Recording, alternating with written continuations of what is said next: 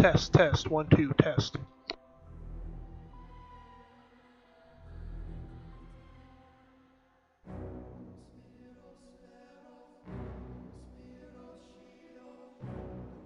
One, two, 1, 2.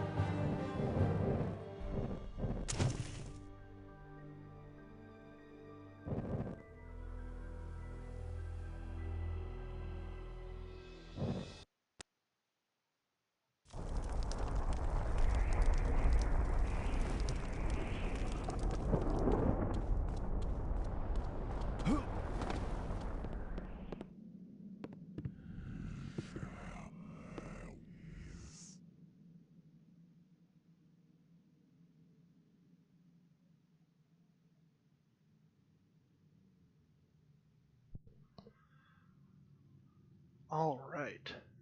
Good evening, and welcome once again to Clive Barker's Undying. Last time, our hero, the occult investigator Patrick Galloway, came to the mansion of his old friend, I've already forgotten his name. Jerry something. Jeremiah Covenant. That's not a name one forgets easily. Goes to the home of his old war buddy Jeremiah Covenant in order to help him resolve a matter of a curse that seems to have fallen on the family and has already claimed the lives of most of his siblings, all of his siblings actually. Unfortunately, it seems that one of the aspects of this curse, one of the manifestations of this curse is the curse of failure to comply with the fire code. So the door we need to get through in order to speak to the gardener, who might know more about the curse, is locked from the inside. Nobody can get out that way. And to make matters even worse, it would appear that the only person who might know where the key is, the maid, was last seen here, in the quarters of our hated rival, Otto Kessinger. You can just hear him demanding that his guest quarters be made in a Oriental style, the Prussian bastard. So let's have a look and see what's going on here.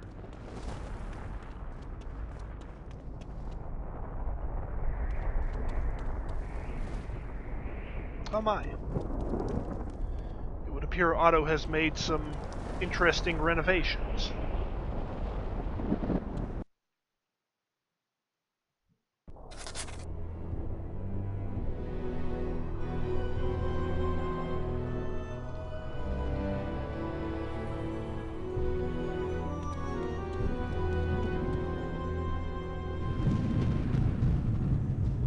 I actually really like the effect here, even though it's quite lo-fi.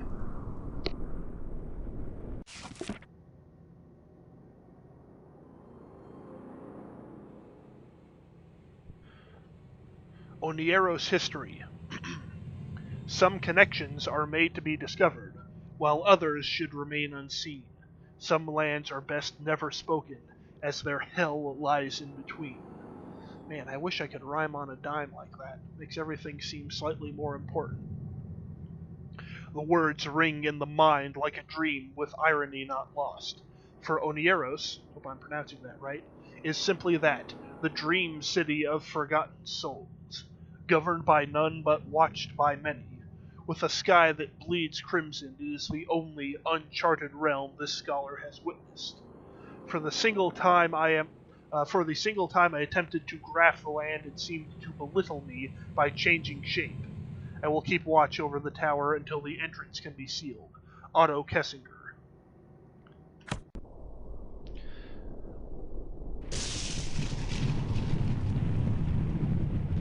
So yeah, we will be returning to Onieros a few times. It's some sort of alternate realm that is mystically connected to the mansion. In particular, the distinctive tower that the mansion is built around. I'm actually not sure what fate lies for us down there, so in the spirit of scientific investigation, which I'm sure that superstitious dweeb Kessinger would never understand, let's have a look.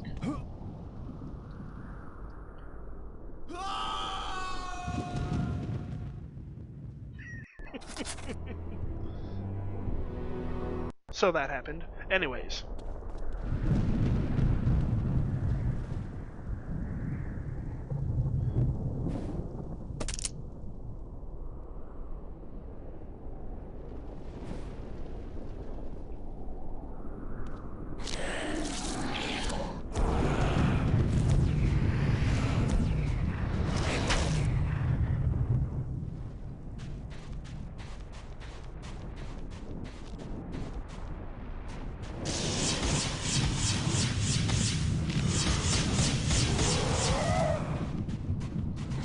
And yes, as I mentioned last time, these guys are called scarabs.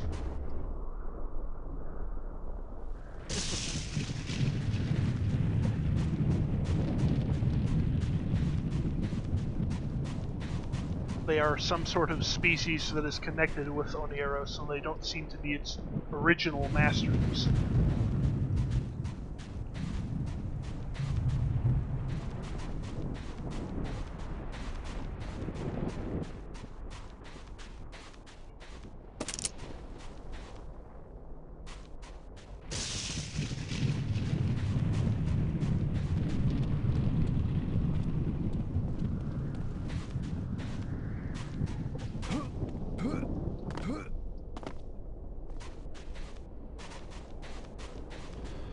This is a health vial.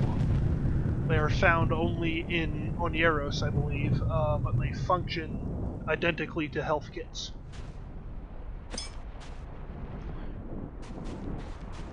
I actually got very badly lost here first time I played, because the way forward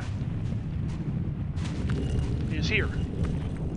There's no actual action button in this game. You kind of just press Galloway's face against things and it sort of works. Ideally.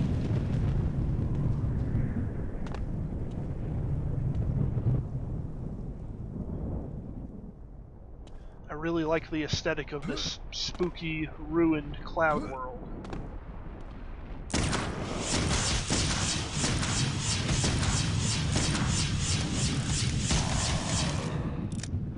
Quite bad at fighting these guys. I'll have to get better quick.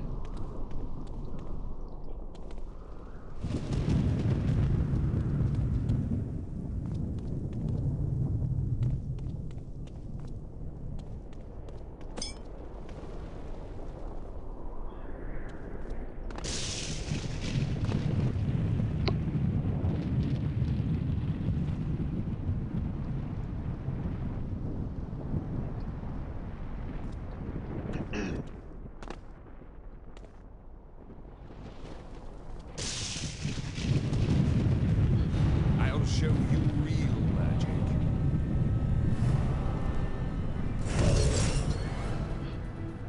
Kessinger, and he's got a shield.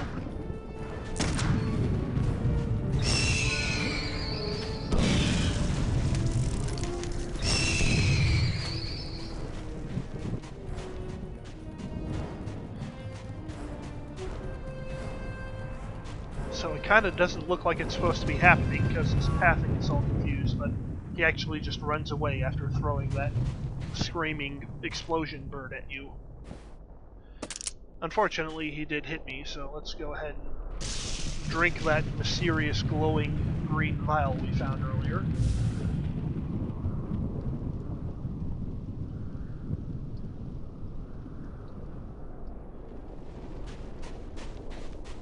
Actually, I think we can fit another one in.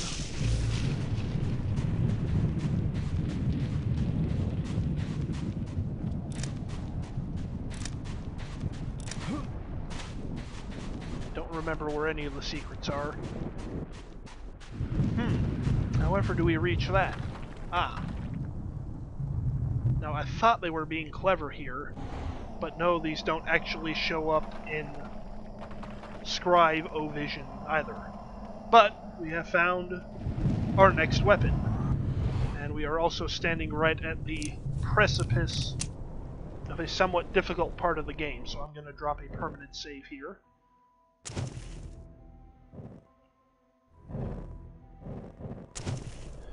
And I will be back in just a minute.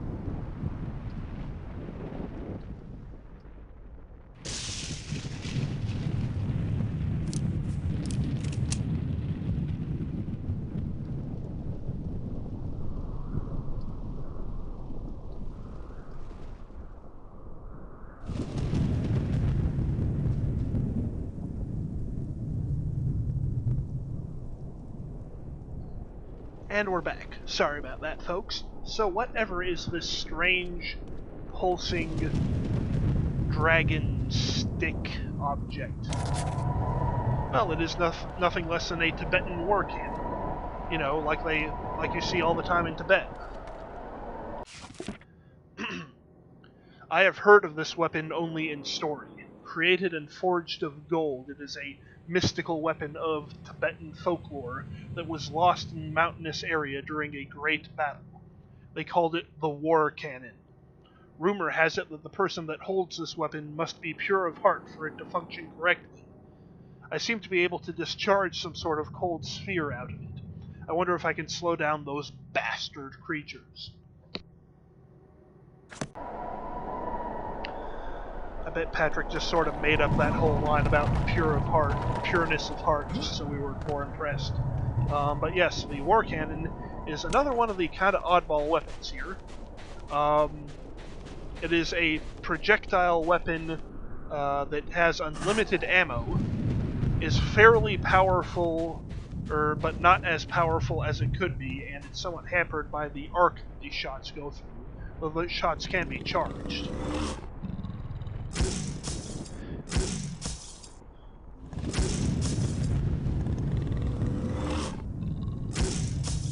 Hitting enemies with it slows them down for a bit. It also does splash damage, so I tend not to use it too much in case I accidentally explode myself.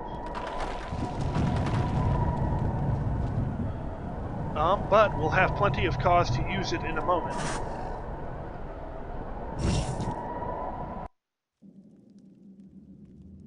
Oh dear. Well, guess we finally found her. In an empty closet. Ah, and there's the garden key.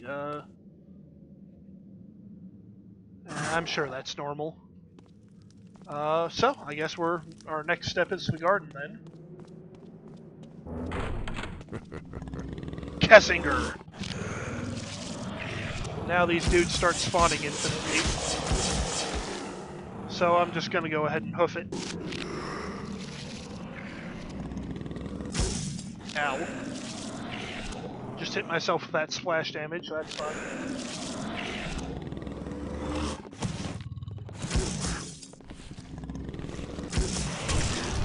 Oop. Time to go.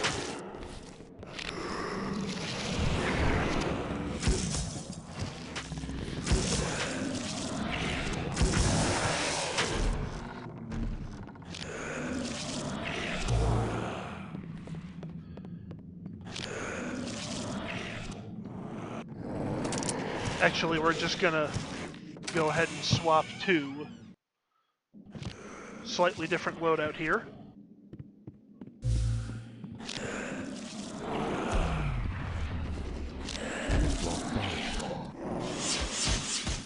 Yeah, they're just gonna keep infinitely spawning, chasing us. Oh, hey, we're back here.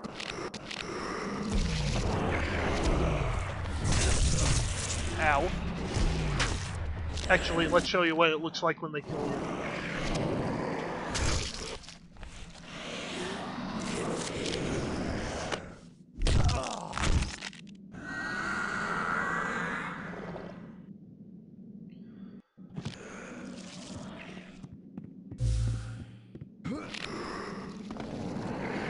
This is actually a very frustrating part of the game, because if you don't remember what your route was,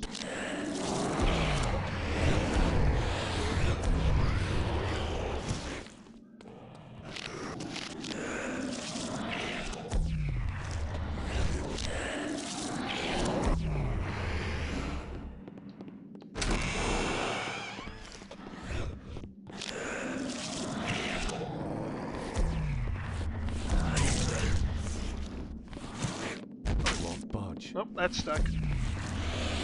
Yeah, I want that health back. You'll have to forgive me for scumming a few parts of this.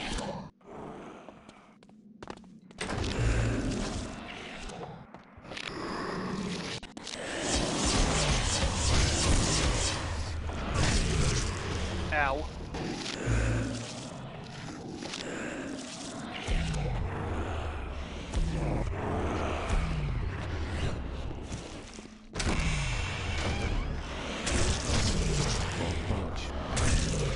Oh, there's that again. Unfortunately, they force you to watch this every time.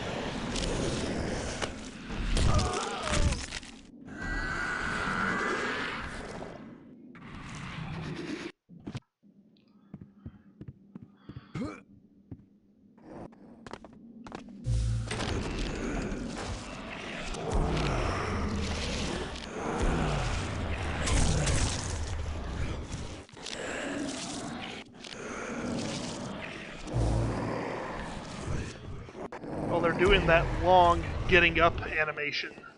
Won't budge. You still actually can't walk into wherever they're coming out of, which is spooky if you didn't see them. Won't budge.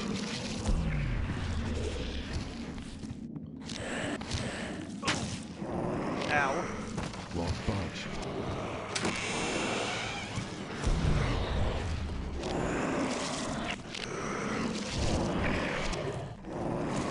Stop. I feel like there must be secrets everywhere here, but... Nope.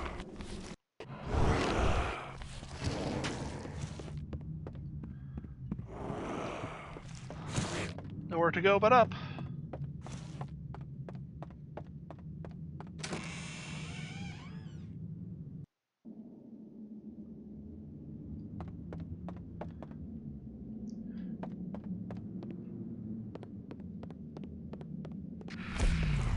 Go away. Oh, I see. We're back here outside of Bethany's room. Still locked. Stop. Not that way.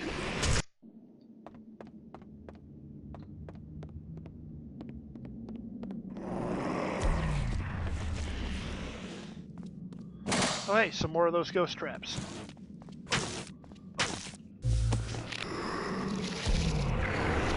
Stop. So I guess it was that way.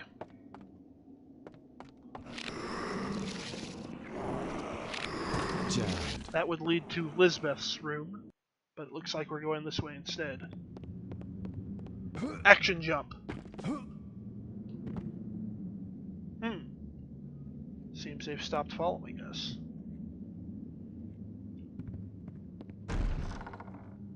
I will try my best not to scum so often, except for during this part. The game does tend to suddenly start spawning infinite enemies at you out of the blue, and it's somewhat difficult. I spy with my little eye. Locked. Aaron's room. I don't think we want to see whatever he's up to, so...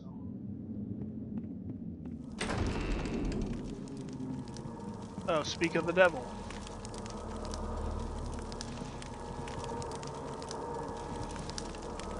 So Aaron here. Aaron here is guarding that there amplifier. believe it's called. And if we try and take it, he will chuckle evilly at us. And unfortunately, being a spirit, even the mighty Tibetan war cannon will not do anything for us. If only we had some sort of kind of odd, obscure, deployable item that could get a ghost out of our way.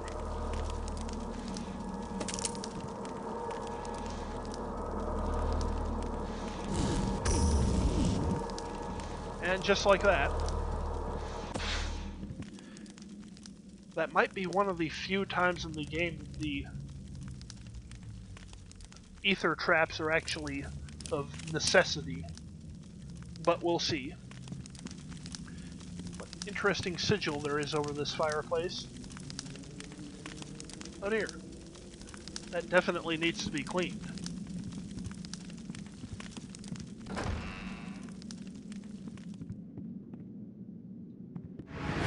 Oh.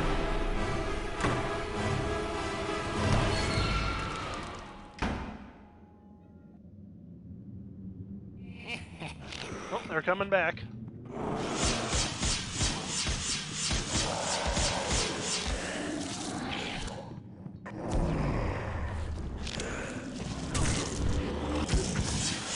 Unfortunately, this door is locked. It just sort of opens after a certain amount of time. Oh dear, how do we get through this? By jumping through the mirror. As you do. This section is very difficult to figure out if you don't know precisely what you're doing. Running a little low on health kits. That's less than ideal.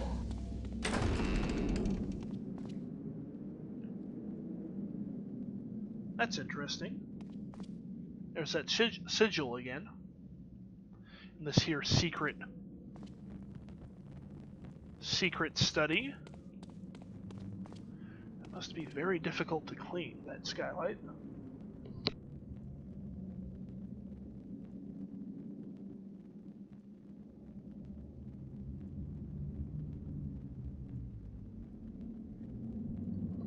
So these sconces here look very suspicious.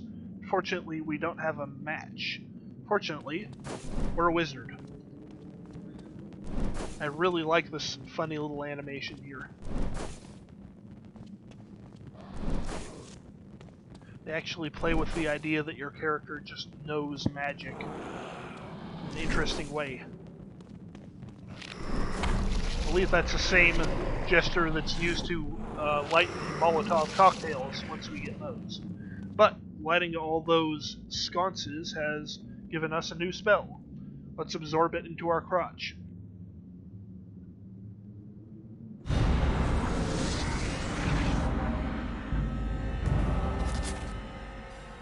Dispel. I am fairly certain that this can stop or affect any and all magic I may encounter. I may try the spell on an obstacle of smaller magnitude, lest it fail in my most dire time. That was actually pretty short compared to how most of Pat's descriptions of his spells go.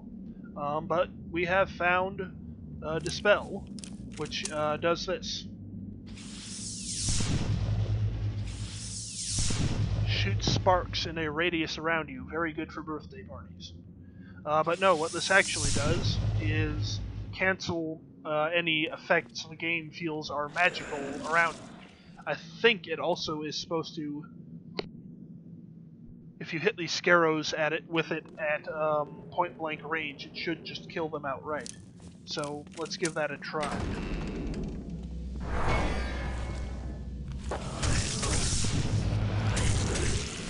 Nope.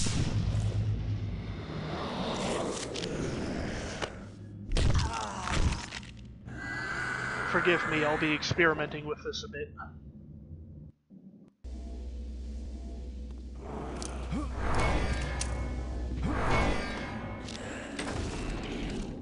We got it, right?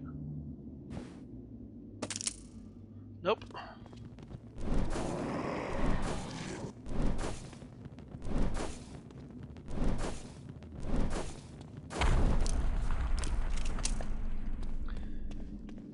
That's actually quite an impressive party trick, as this game takes place in, I think, 1923. I think lighters have only barely been invented right now.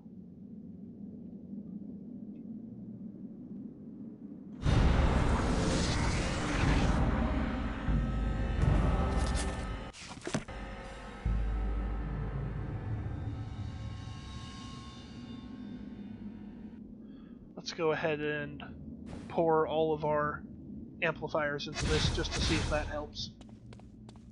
So now we're at level 4 amplified. Hey, it does work. Let's see what happens if we just boost it up to level 2.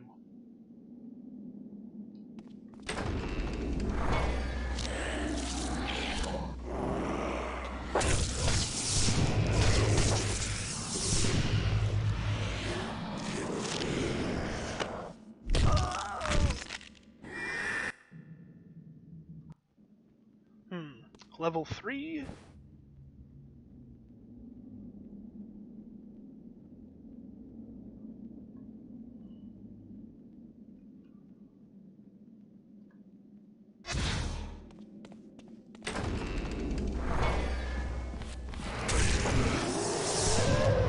Yeah, that does work.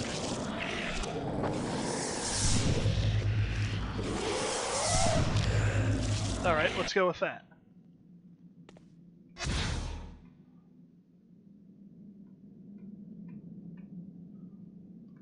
Alright, scum mode is now over, but we can also use this to dispel this barrier.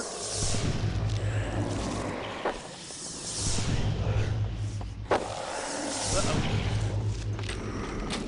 So that was the servant key.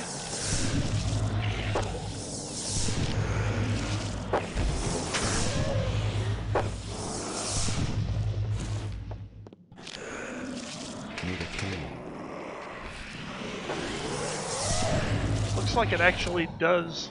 Casting it normally does not cause us to spend any mana, but actually using it to kill one of these guys does. Anyways, we used the servant key that we got on the dead maid before. Not that dead maid, the other dead maid. There's been a couple of them so far. Here we find some silver bullets for what Jerry's servants are doing with those. Stop. Jammed.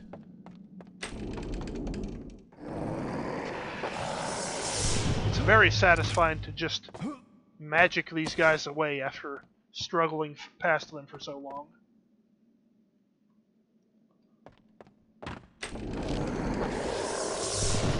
Bunch. Jammed.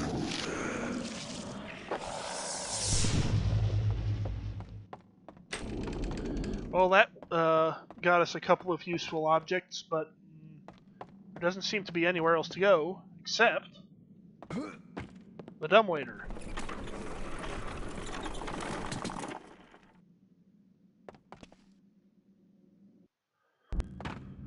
Phew, alright.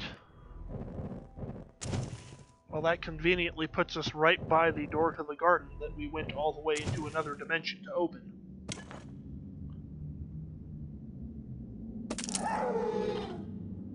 Oh, good. Stock. As they are somewhat more earthly beings, the howlers cannot just be magicked away.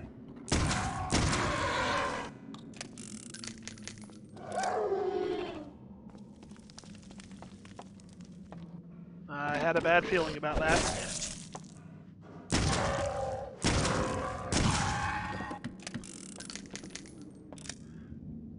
Rest in peace, slightly different made model. So that's the door to the gardens there, but let's have a look around through this opened area.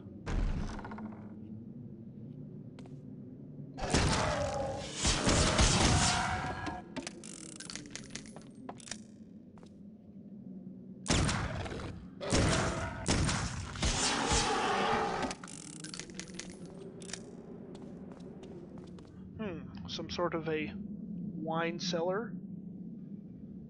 I have quite a passion for these low poly arched vaults here. Jammed. Can't get through there.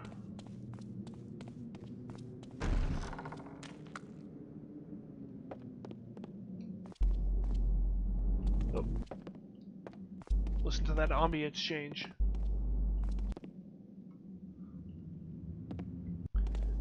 Rather frightful looking down here.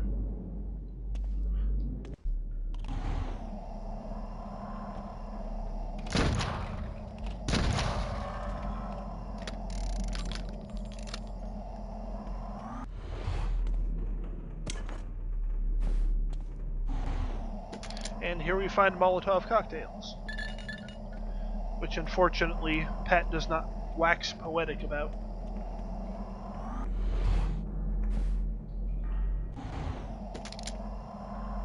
As he does with most of the other weapons. Ah.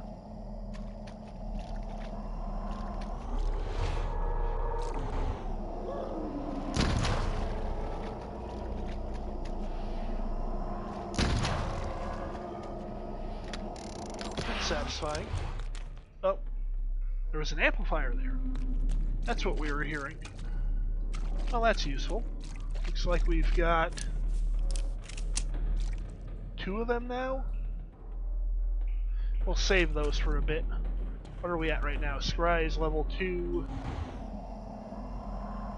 Ectoplasm is level 2. Dispel is level 2. Yeah, I think we'll hold on to them before we get the really good stuff.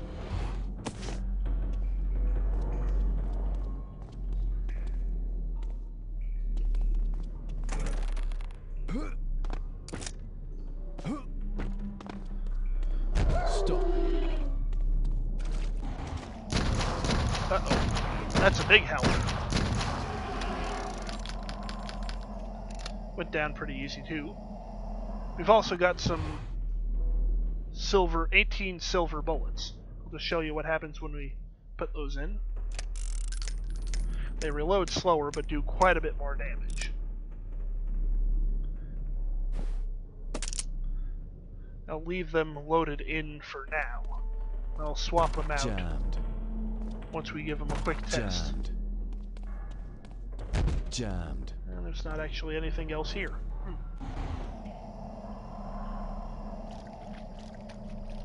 I had no idea that amplifier was over there.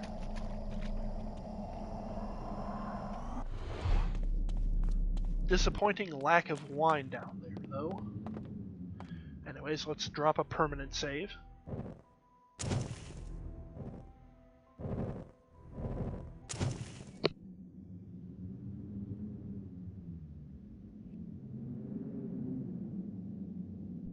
And venture out into the gardens.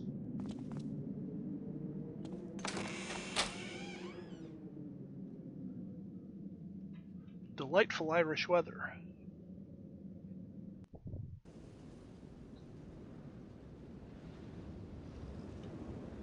It's actually quite refreshing to be outside for once. Jammed.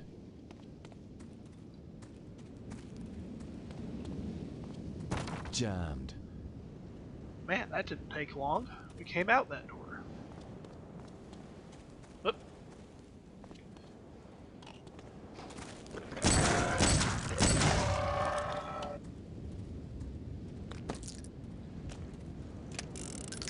So that monster is usually like almost hard-coded to kill this guy. Let's swap back to our regular bullets. Doesn't really have any kind of thanks for us, which is a little bit odd. I think the developers expected him to die every time. So, looks like he's trying to play that shrub like a piano. Moving on.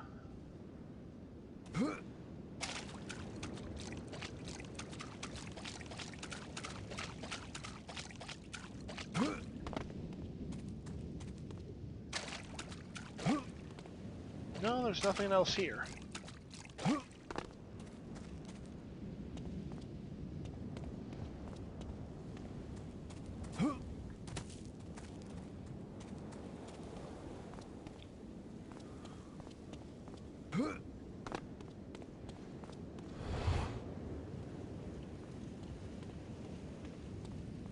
What are you doing here?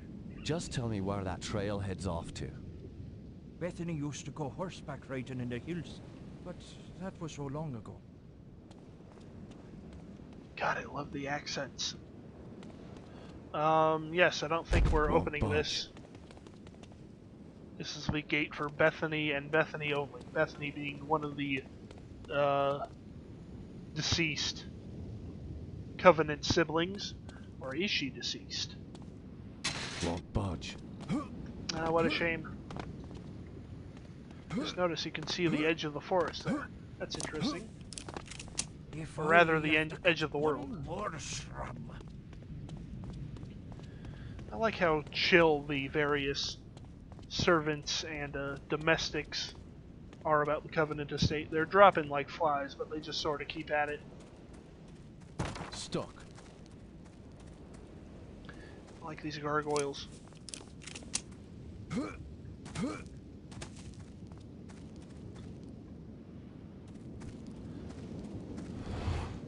Oh hey, this is the guy we need, who looks just like all the others. What can you tell me about Lisbeth?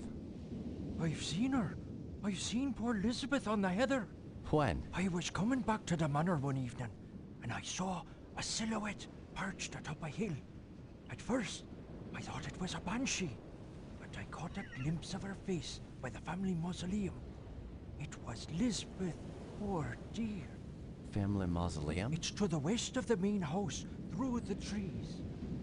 Is that near the standing stones by chance? Standing stones, you have no need to go out there. There's nothing but bad luck and suffering for all who visited that island. I'll unlock the gate to the outer grounds, but I assure you that venturing out to the standing stones will lead to no good.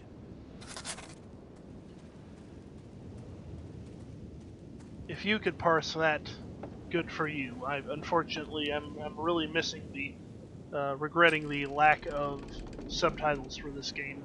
But it sounds like this gentleman has instructed us to go through this door to find the next plot point.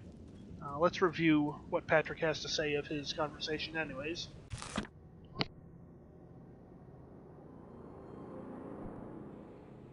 I finally spoke with the servant the maid said had seen Lisbeth. He is convinced he saw her perched on a hill, watching him. West of the manor, the family mausoleum seems the first place to investigate.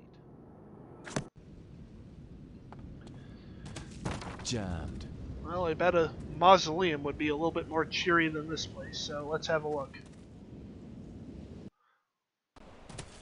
I like that little map they have there. Jammed. Unfortunately, with modern load times, you only see it for a moment or two. So, welcome to the Covenant Family Mausoleum.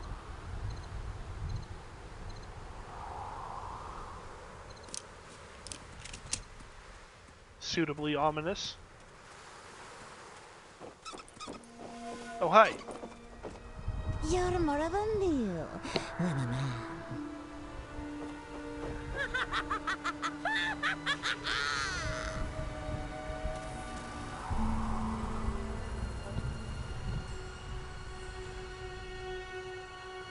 Man, I know you're like the demonic living dead, but you don't have to just throw shade at me like that. These slopes are impenetrable.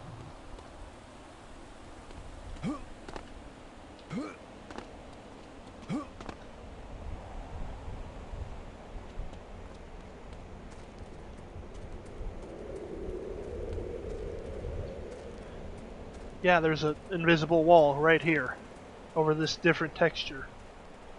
Little bit disturbing. Feel like there must be a way to surf using the physics of this game. I'm not into the speedrun community though, so.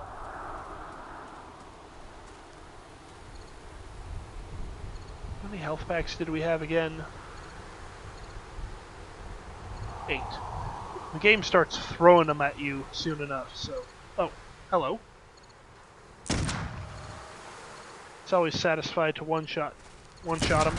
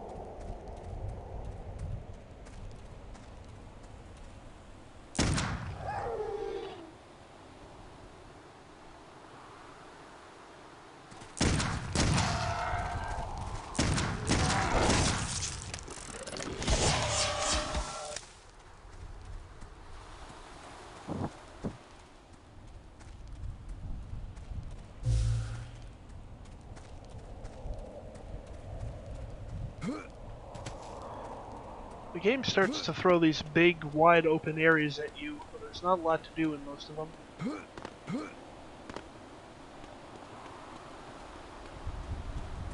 Stop.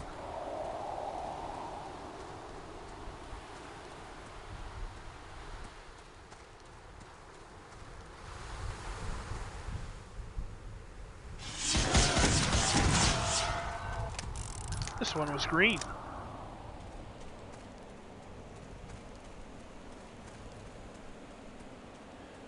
Jammed.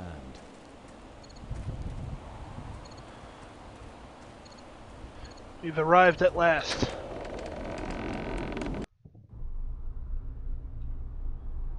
I believe they said that Lisbeth was buried with her mother near the entrance to this area. Oop. Classic grave offerings, box of bullets. Getting strong Castlevania vibes here.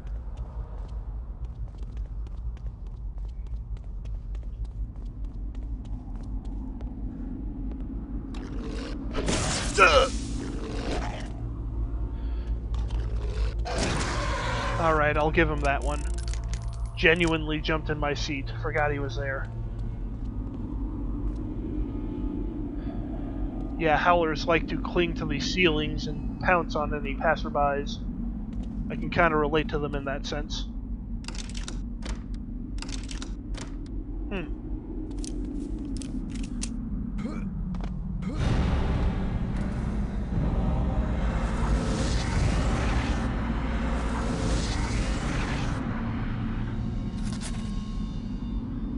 Oh, we found a new spell in the tomb that presumably Lisbeth was interred in. Let's read about it.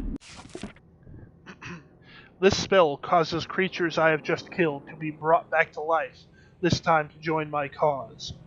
As disturbing as it is to call the dead back, I'm afraid that if the scroll doesn't work correctly, I may be raising these devilish creatures only to have them fight me all over again. There is no accounting for what might happen should I attempt to use it on a living organism. So Invoke is another one of those funny spells. They like to give those to you before they give you the regular damaging spells, it seems. What Invoke does... Give me one moment. There it is. So Invoke... well, I'll give you a demonstration.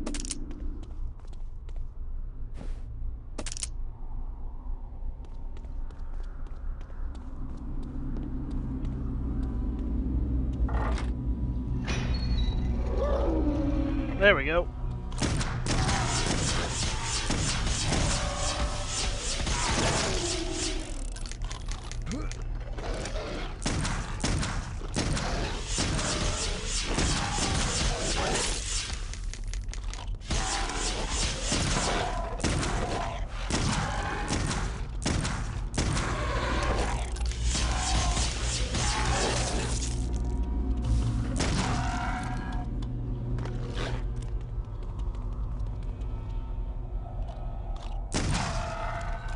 So Invoke does this. Love that ragdoll effect. So, yes, enemies you use Invoke on before they disappear, which happens very quickly, rise again and attack any enemies that attack you. Unfortunately, their AI is kind of only suited for hunting the player. Also, they disappear quickly, so they're not very effective. And worst of all, if you accidentally shoot your risen companions, they will turn on you again, as it suggests in the description. Because of this, I don't tend to use Invoke too often for its intended purpose, but there is a second purpose that we will show off in a little bit that make it quite useful, in which I will be putting this amplifier in just to make it more useful for that purpose. So we'll slot 2 of those boys in. So now we can get it up to 3 with the Gelzbar Stone.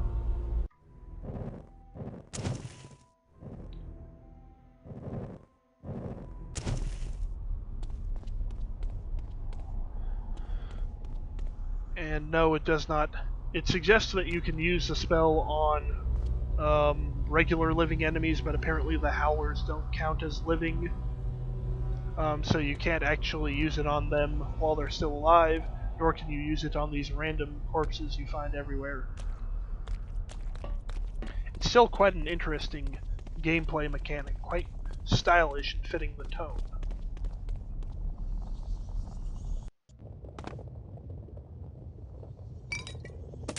Oh yeah, here's the Molotov cocktails. We'll see if we have a use for those soon.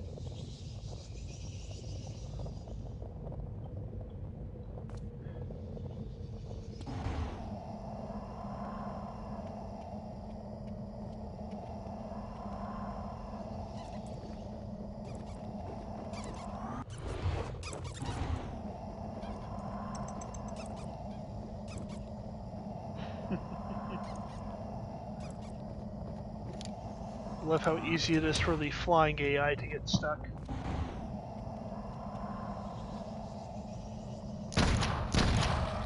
Now you clearly just appeared there.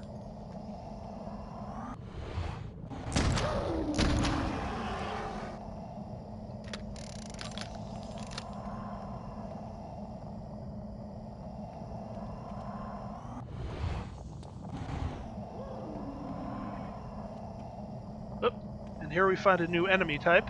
Let's go up and meet them. They're skeletons. Oh dear. Didn't even get a kill animation for them. We'll try again in a bit. But this is the second use for Invoke. If you use it on these guys, or rather, if you were to shoot them normally,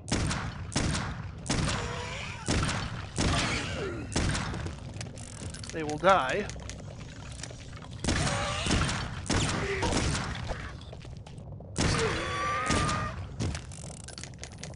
Love the rattling bones sound they make. Oh hey, this guy is actually fading.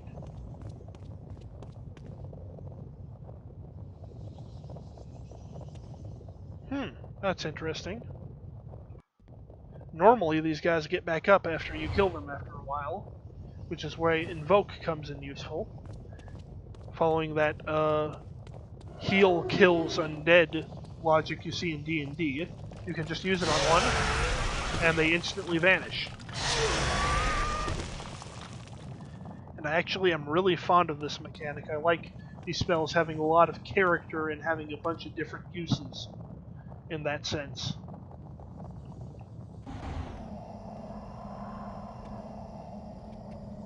Maybe they wanted the first ones you meet to go a little bit easier on you.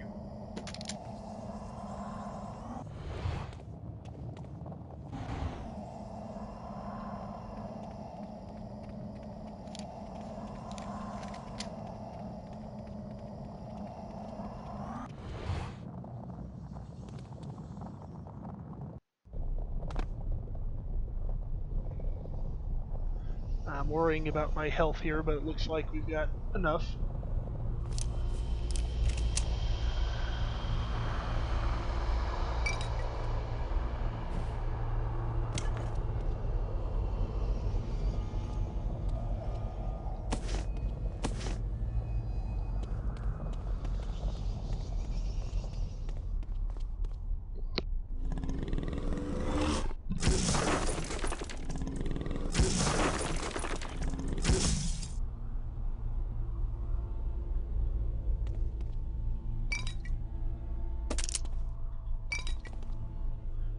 The texture on this here Molotov cocktail.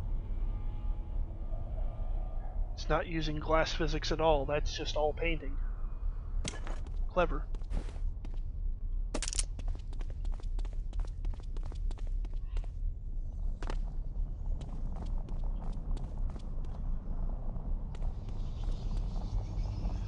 I love the little whispers. Go away.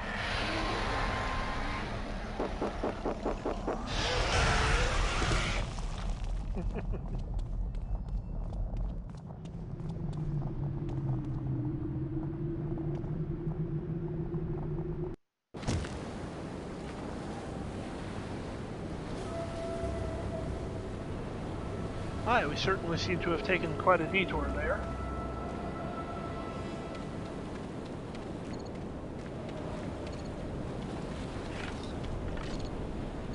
Be gone!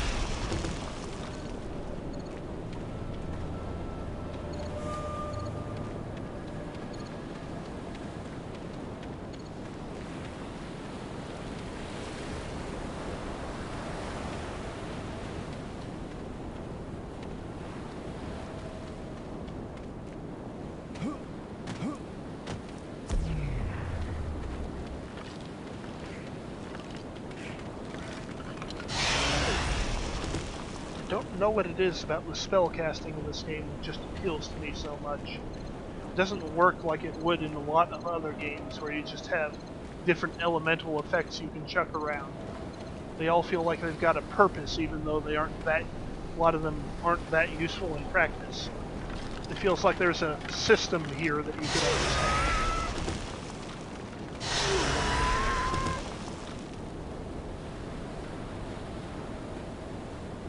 The fact that you can exploit it when you understand how the systems work just makes it more interesting.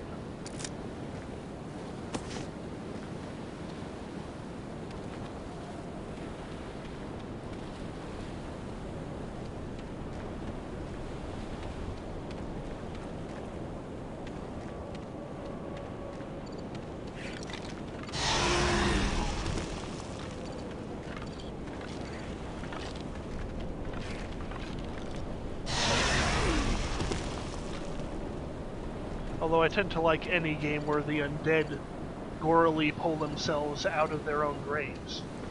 Brady.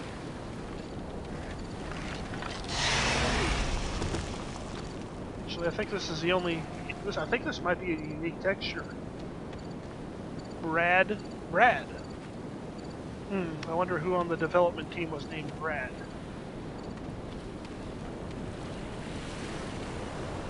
Well, that's convenient to have there, but we'll come back in a minute. I feel like this here ruined... I didn't notice that before either. Here lies Dell.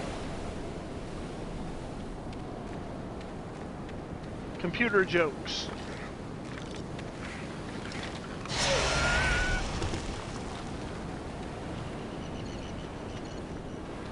I feel like this here ruined church might have some more secrets yet, so let's go ahead and have ourselves a bit of a climb.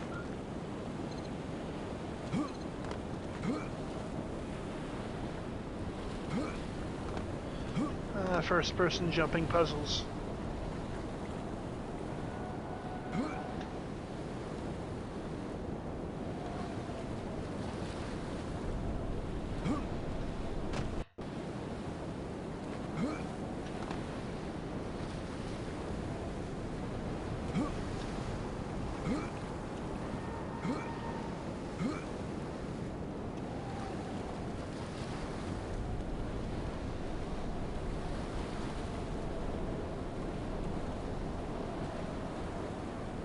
Yep, we can see right to the edge of the big square that this map is on.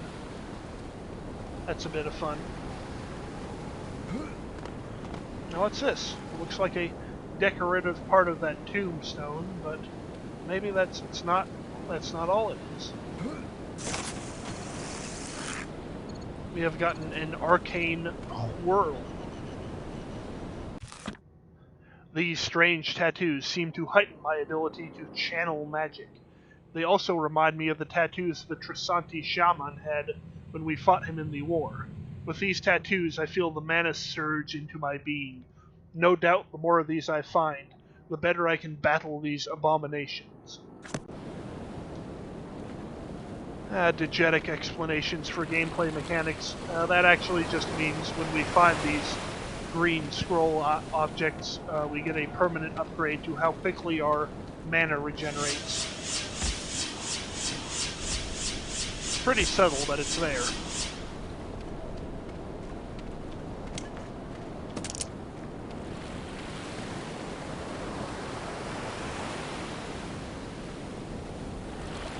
Anyways, weren't we trying to get into a tomb? Let's go back to that.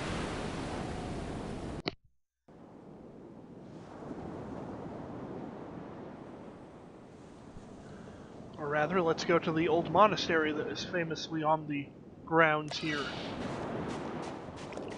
I think Pat might have gotten lost along the way.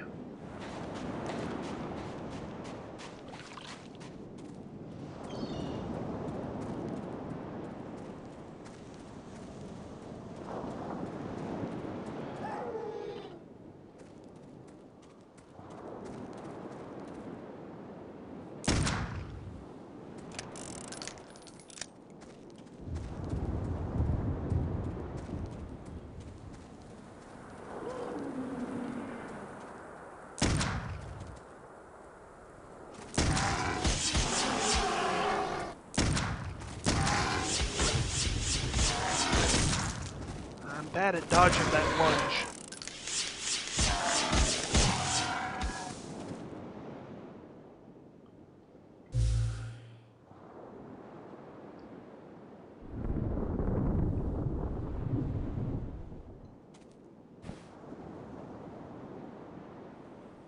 Oh, too late.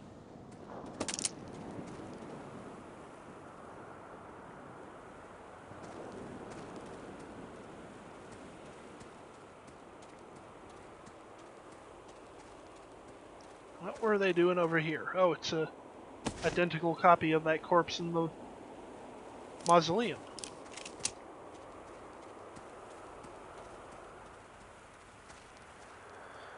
Like this odd section here with the Irish coastline. This is one of the more open, long-range sections.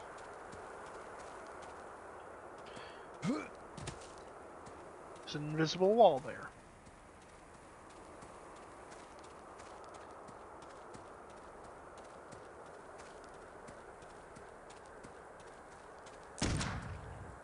What's this? More humans?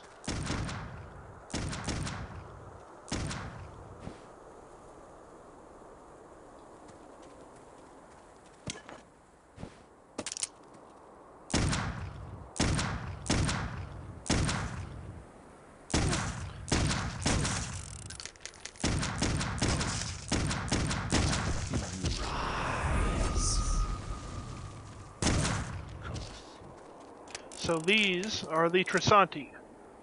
They're one of the human enemies in the game. I guess they're supposed to be pirates. And just pirates. That's all they're based on. Forgot to show off their death and their killing animation there. Also, you'll notice they use the same gun engraved in the same way as we do. That's convenient.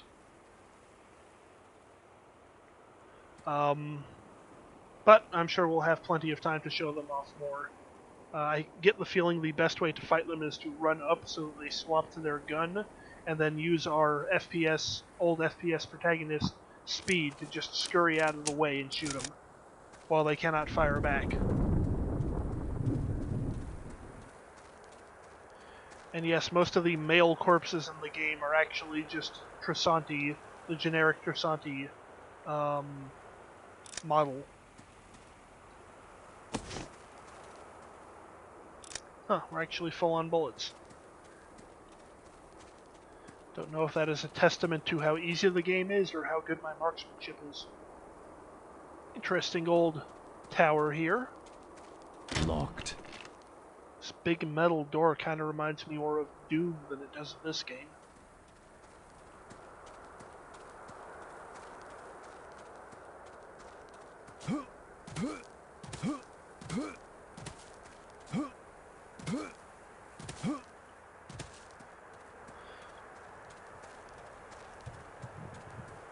Ah, and here's the gate. Looks like it leads back to the house.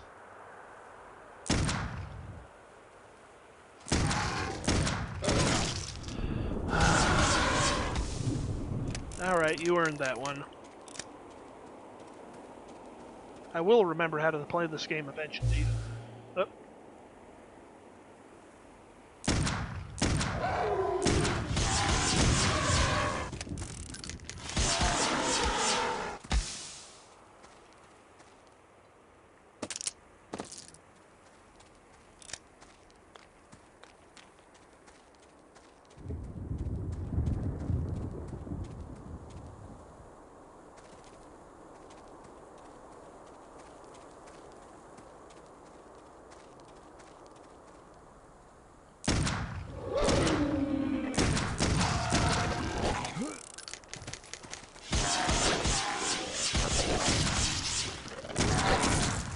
Uh-oh.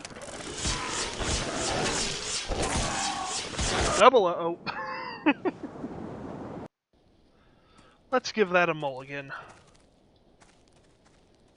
This is actually quite a bit more than the game usually throws at you.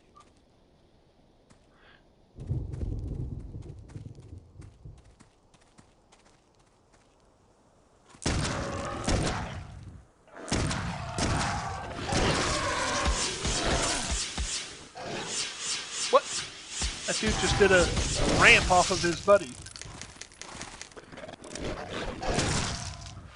This isn't going well.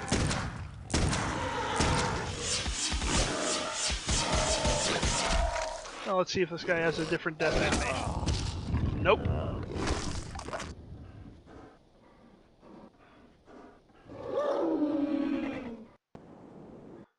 Alright, plan B. Let's use some of these silver bullets. If I can actually hit anything this time.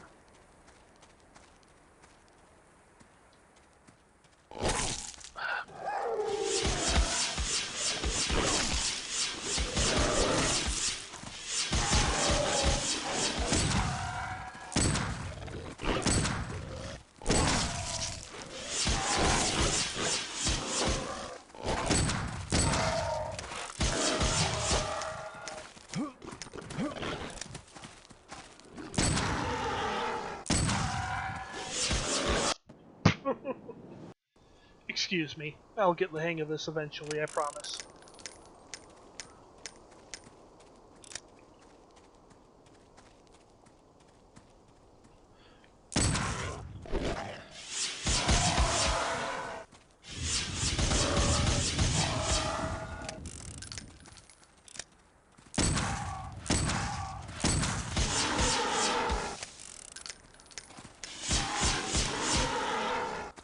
See how easy it is? Alright.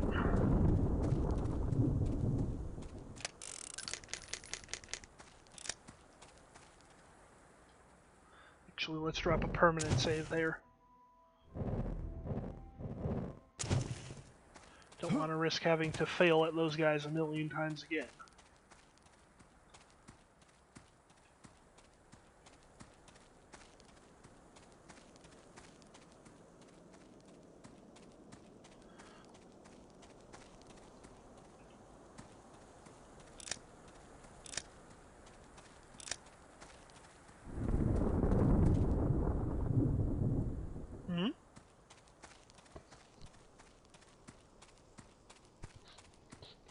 Now, is this a donkey or a burro?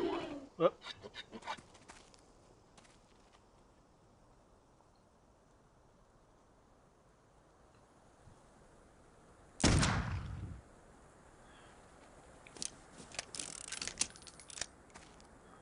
Now, what do we have here? That couldn't be your burro, could it?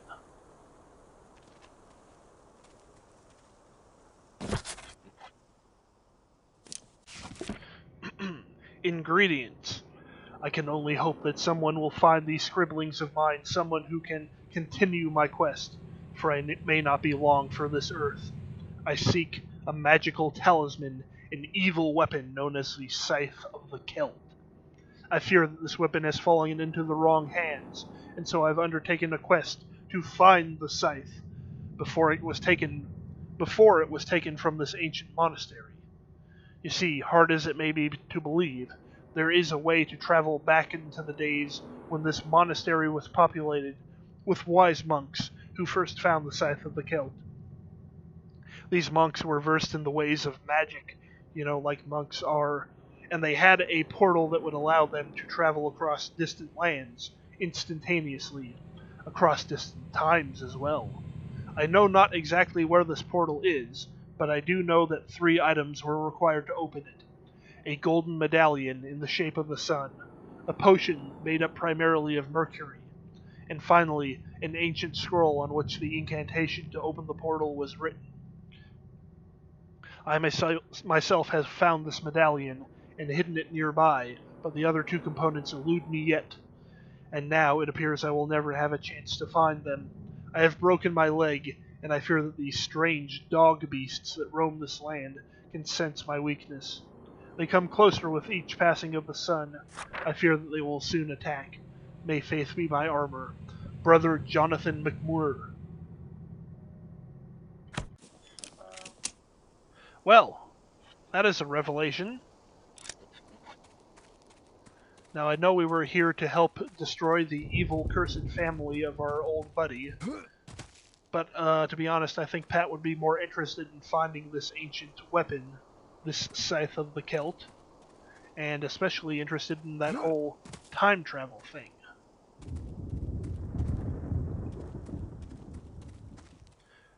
So the Scythe of the Celt was at the monastery, but is now taken somewhere else, and this guy thinks he can use time travel magic in order to go back to when it was at the monastery and take it back. I mean, I guess there are better uses for time travel magic.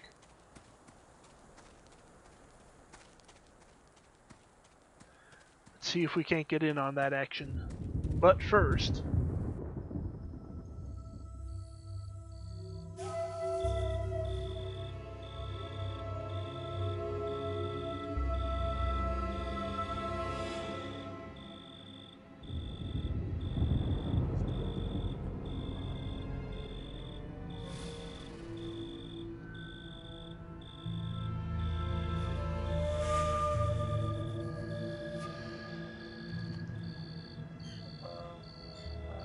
action roll.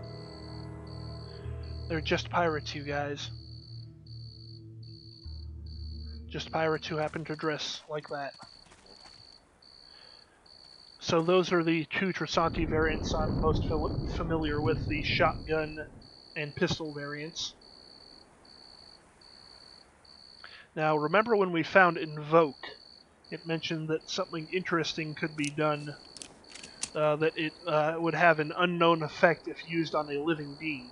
And that actually doesn't affect most things we find in this game, except for the Trasanti. So we'll be showing that off, but first, let's show off what happens when they kill you. Hi.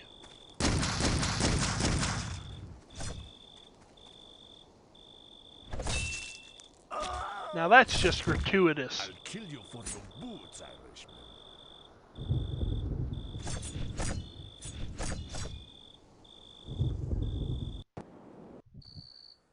Really doing the whole back bend stab there. Who are you showing off to? We'll have to teach this guy some manners.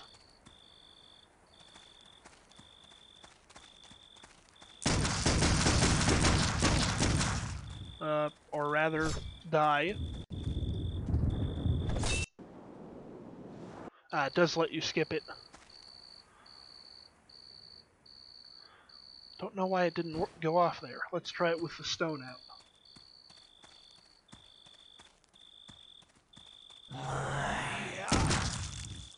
That's disturbing.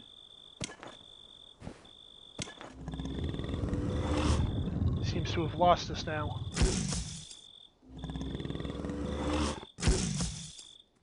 Can't quite hit him with this guy.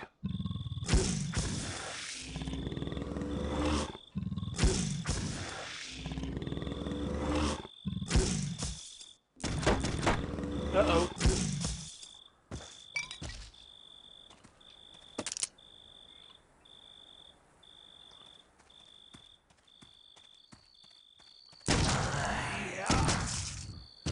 Yes, you can force the Trasanti to kill themselves. Whoop.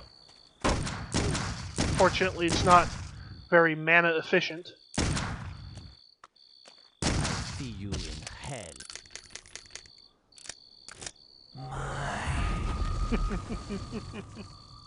Love that ragdoll, though. Well, let's see if our new friend here can't help us get into this compound they appear to be guarding. Speaking of which, tower key. Now, where have we seen a tower? Won't budge. Oh, unfortunately not there.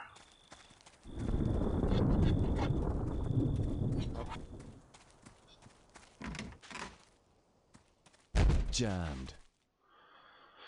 Well, where do you think we should go?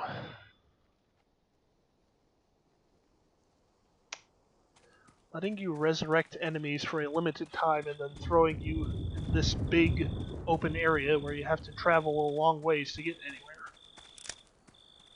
That's some kind of game design.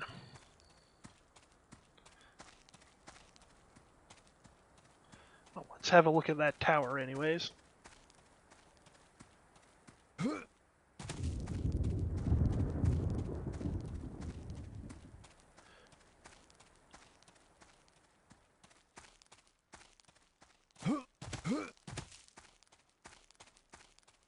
Oh boy.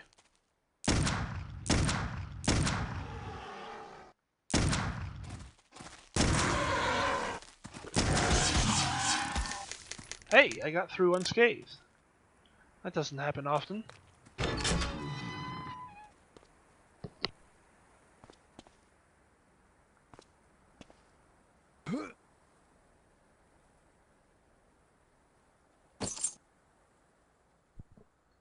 Well, we found a very cheerful medallion there, and a key to, what did it say? Chest key. Wonder what that's about.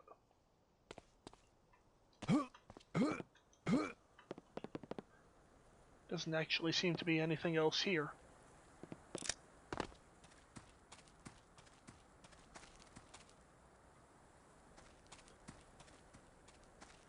Now, I don't think that key actually goes to that door we found, where the shotgun guy ran into. So I'm not sure what we're going to do from here on out.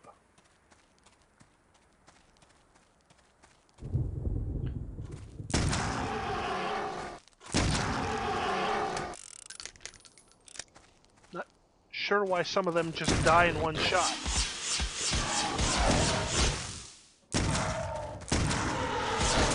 And why I'm sometimes able to dodge them and not other times.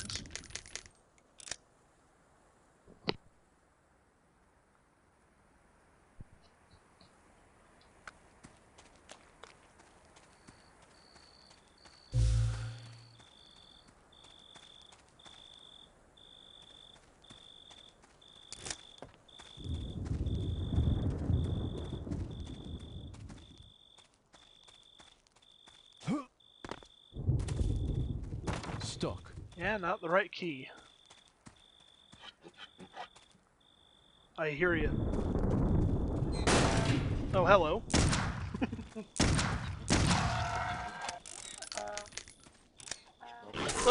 No!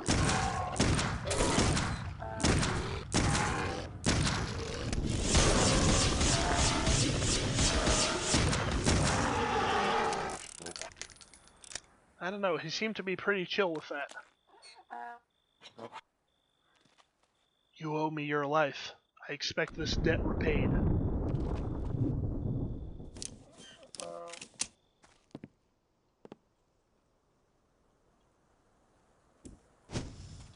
Need to start using that weapon wheel now that we have a couple of spells and weapons. Well, that doesn't bode well at all.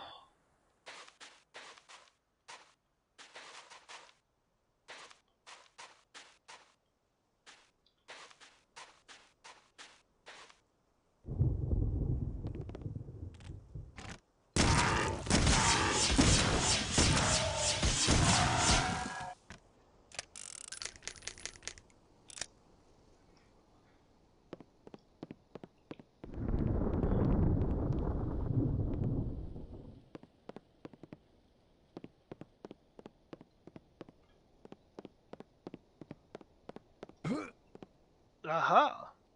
You found a secondary route.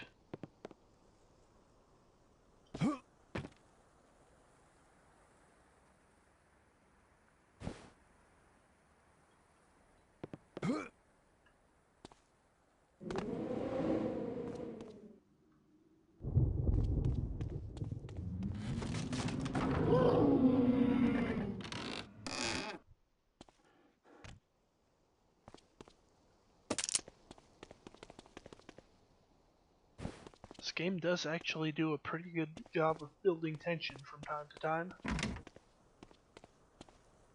Oh, hello. So this is a shotgun Trasanti. thought might improve your looks.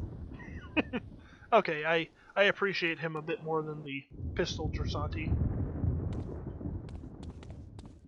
Less gratuitous death animation and a pun.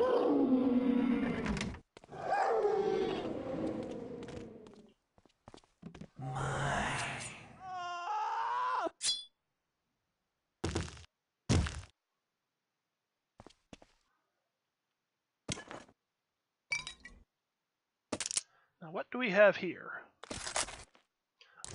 Shotgun. Let's hear Pat wax lyrical about this thing. A double-barreled shotgun of potent force. It appears I may choose between firing off individual or double shots, dependent on my taste for maximum effectiveness in close quarters combat. So yes, we've got the double-barrel shotgun now. It's somewhat more interesting than you would typically see in other games. Well, only somewhat. So if we press reload right now, we can swap from single barrel to giving them both barrels. But that same button also reloads if we were down one shot. One or two shots. Which is actually a pretty nifty way to conserve your button use as a developer. Have one button be both reload and weapon state switching. Whoop.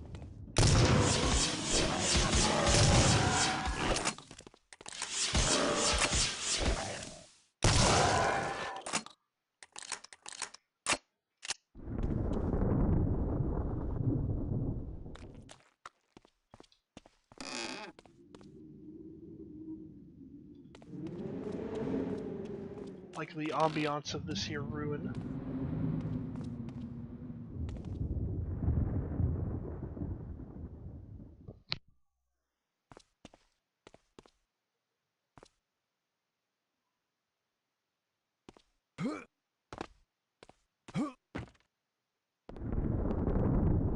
Oh yeah, we can't carry too many Molotovs either. Let's go ahead and use these guys while we've got them.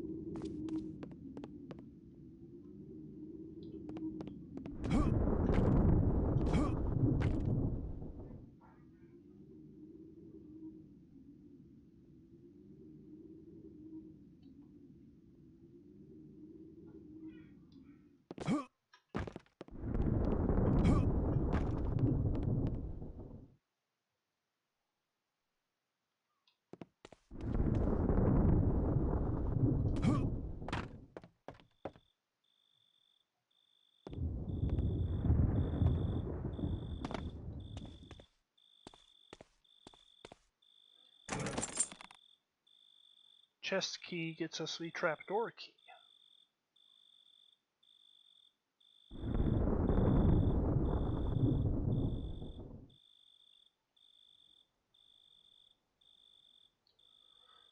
Sorry, technical issues here.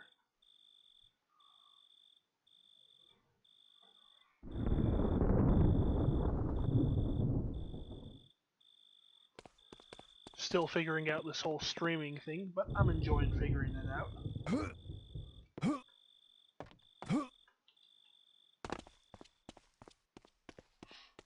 Now, where are we gonna find a trapdoor? Ow.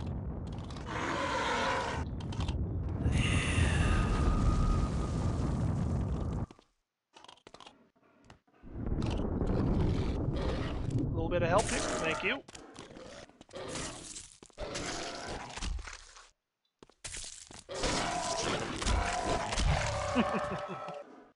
That's fun.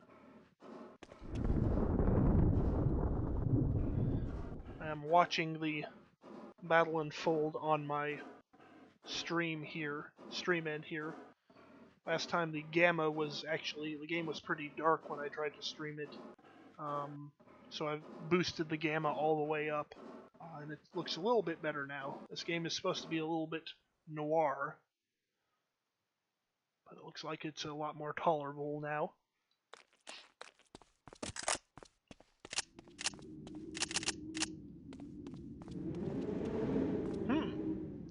A surviving basement level.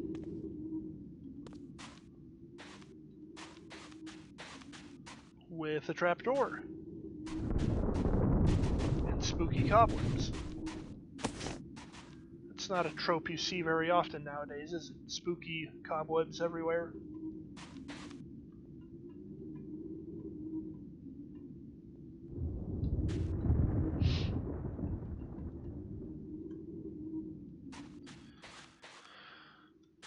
Well, nowhere to go but down, I suppose.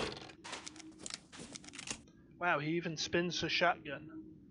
Impressive and dangerous.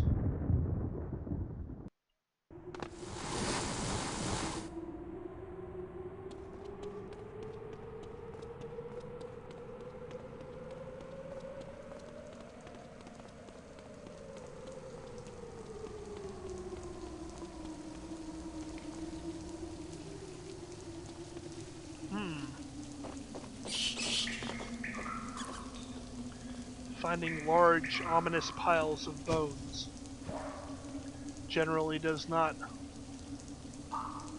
When you are a two-fisted, slightly horror-based pulp protagonist, that does not always bode well.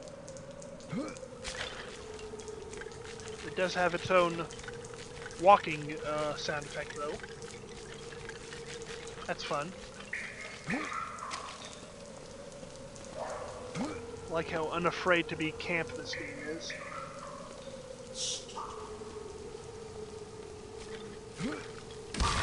Oop.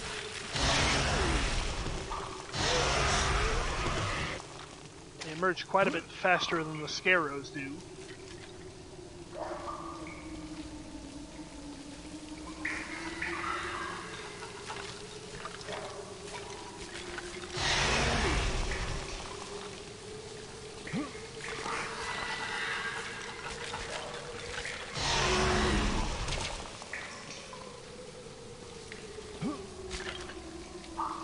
Invoking them back down feels like it's almost like cheating. But I actually like that the game has these interesting systems that allow you to use correct spells if you have the correct knowledge.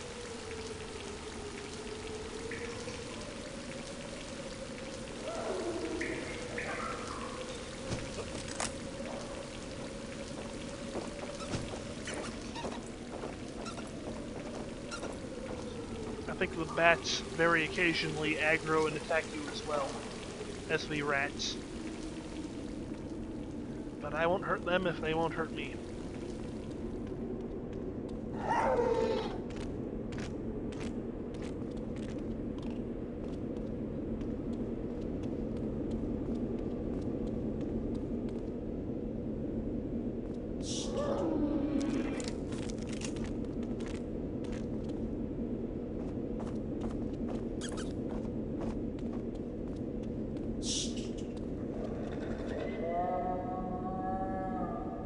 That's ominous.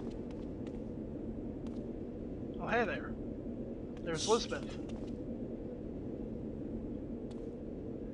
Going from being the pampered daughter of a wealthy family to skulking about in these catacombs. It's actually rather admirable. It's an admirable lifestyle change.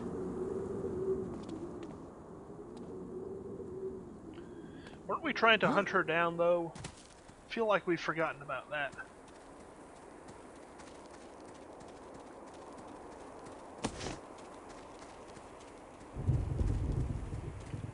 Suspect Pat is just more interested in uncovering arcane secrets for the moment.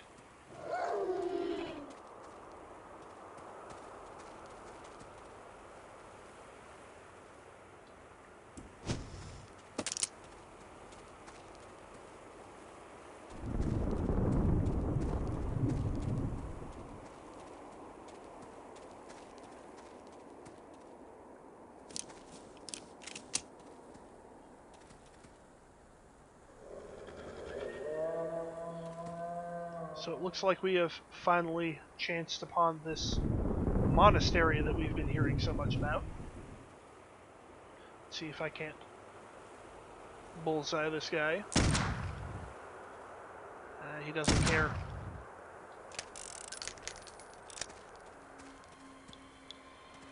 Oh dear.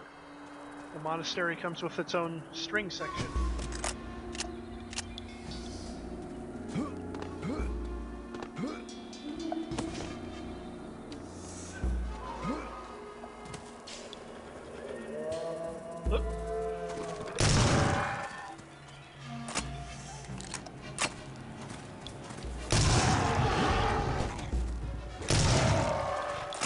It's a bit easier to take out these guys this way. Rise. Rise.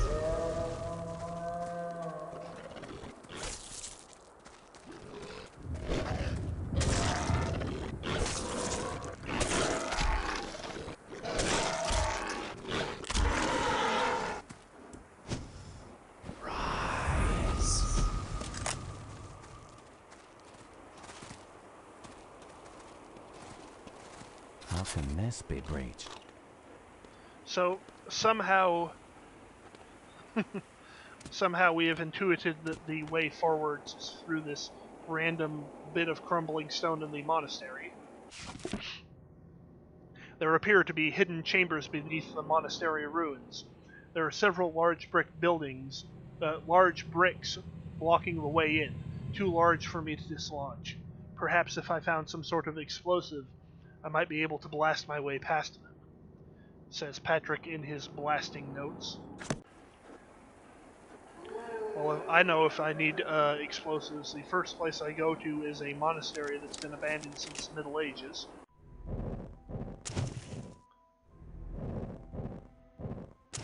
So let's have a look and see if we can't find some more info on this Scythe of the Celt while we're here. Oh, did you hear that?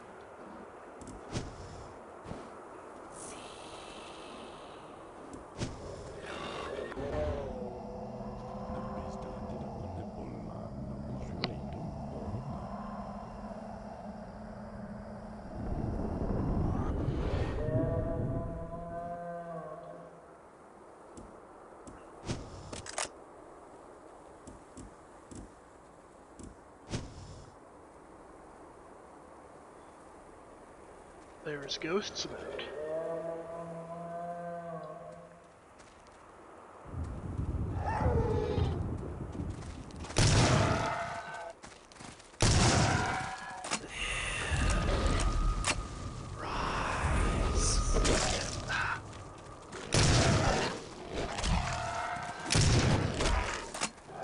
I feel like Invoke would be a lot more useful if these regular enemy AI could be aggroed by the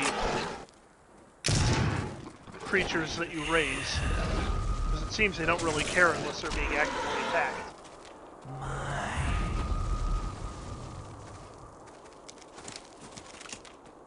Oh, looks like the Trasanti are about here too. And yes, all these guys will in fact attack. if we damage them. Which is why it makes me a little bit nervous. Trouble, controversy in the ranks there, but...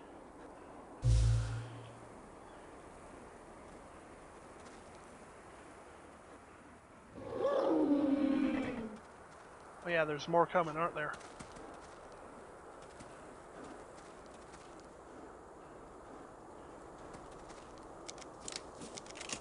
I can hear them. Odd.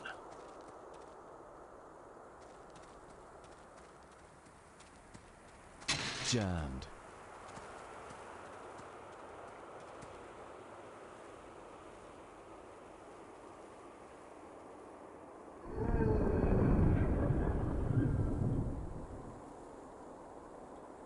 Let's see here. I think we're full on revolver ammo, so let's quit playing around with Evoke.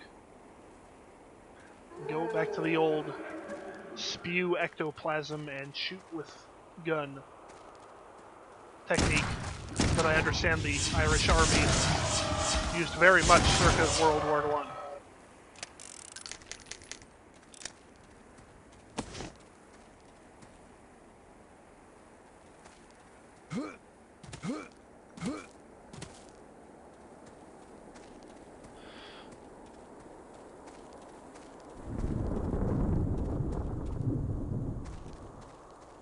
Pay close attention to the general layout of this here monastery.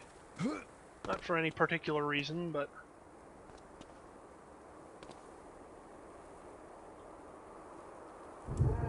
Actually, I just thought of a quick adjustment I can make to the controls. Since my spells are on the right, and my weapons are on the left, so too should their buttons be.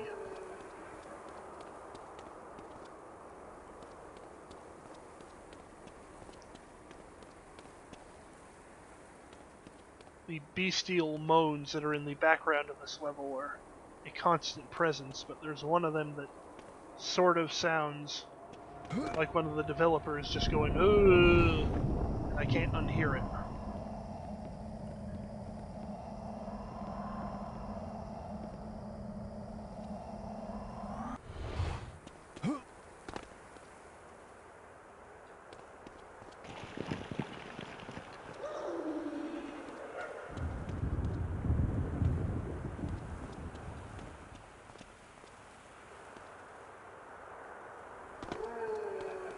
There it is. What do we have here? Monk's Diary. Late harvest, day of our pertinence. The year of our Lord 1231. Sure is a good thing that this diary could survive just exposure to the elements for century after century for us to find it now. A garrison of brothers was dispatched to this island to establish a vigil over the ring of standing stones on the Isle of King's Head. From our monastery we have kept watch over this site for well over 200 years. So it seems it's not just the Covenant family that's interested in those standing stones. Without a doubt it is a focus of unnatural power, which must be guarded with persistent vigilance. For years we were content to stand sentinel over this megalithic site, and we bore our burden with honor. Now I must confess a great concern over the direction the abbot is guiding the brotherhood.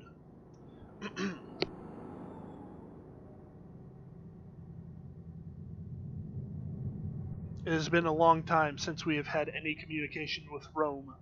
Fierce storms have isolated us on this island, and swept away many brave brothers who have attempted to make the crossing to the mainland.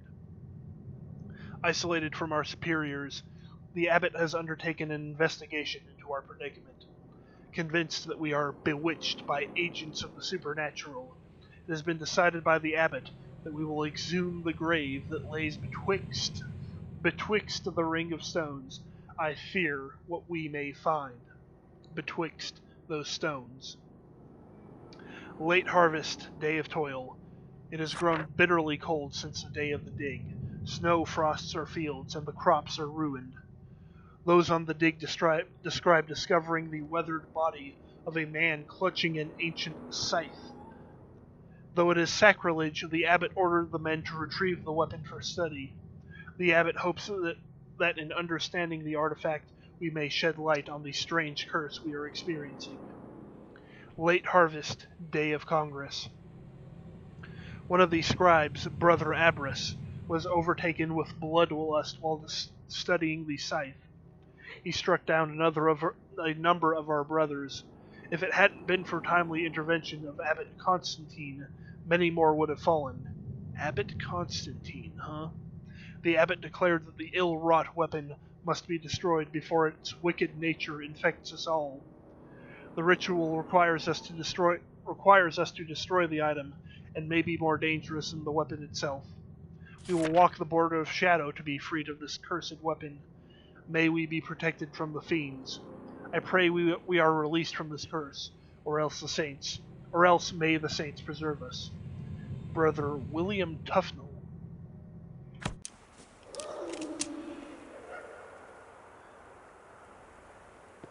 I don't know, given the presence of numerous specters haunting this land, don't think that might have gone too well.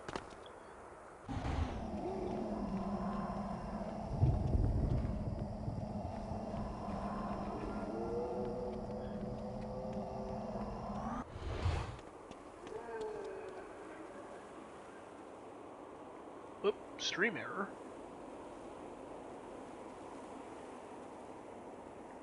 There we go. Don't know if that was just on my end or not.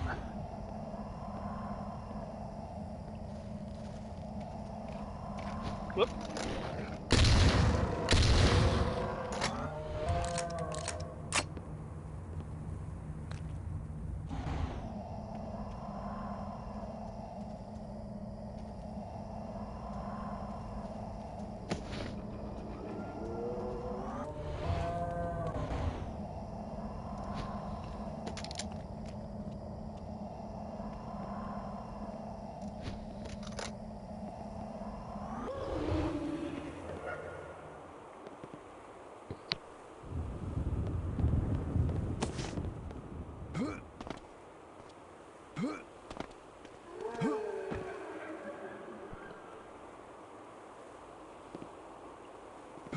It's quite cheesy, but I really like the sound design of this game. Whoop.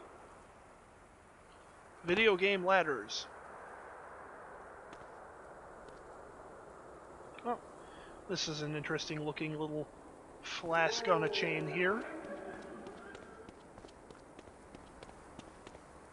Wonder what it could be. A mana well. These small magical trinkets enable me to hold more of my mana and allow me to fire my spells more often without fear of draining my magical energy so quickly. I need to keep my eyes out for more of these mana well containers, as they'll no doubt help me with my spells and my endeavors.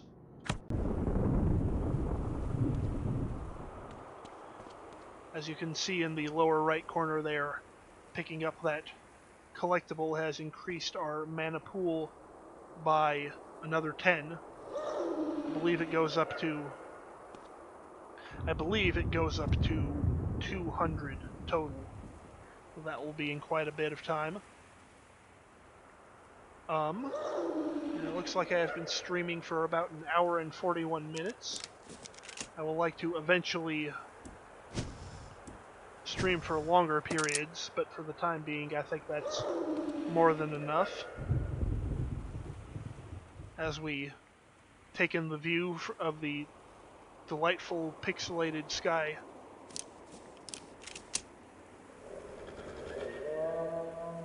I think that will be enough for tonight. I'm hoping to stream more often as well, like 2 or 3 times a week, but still don't have any way to get a set schedule, so in the meantime, I bid you adieu.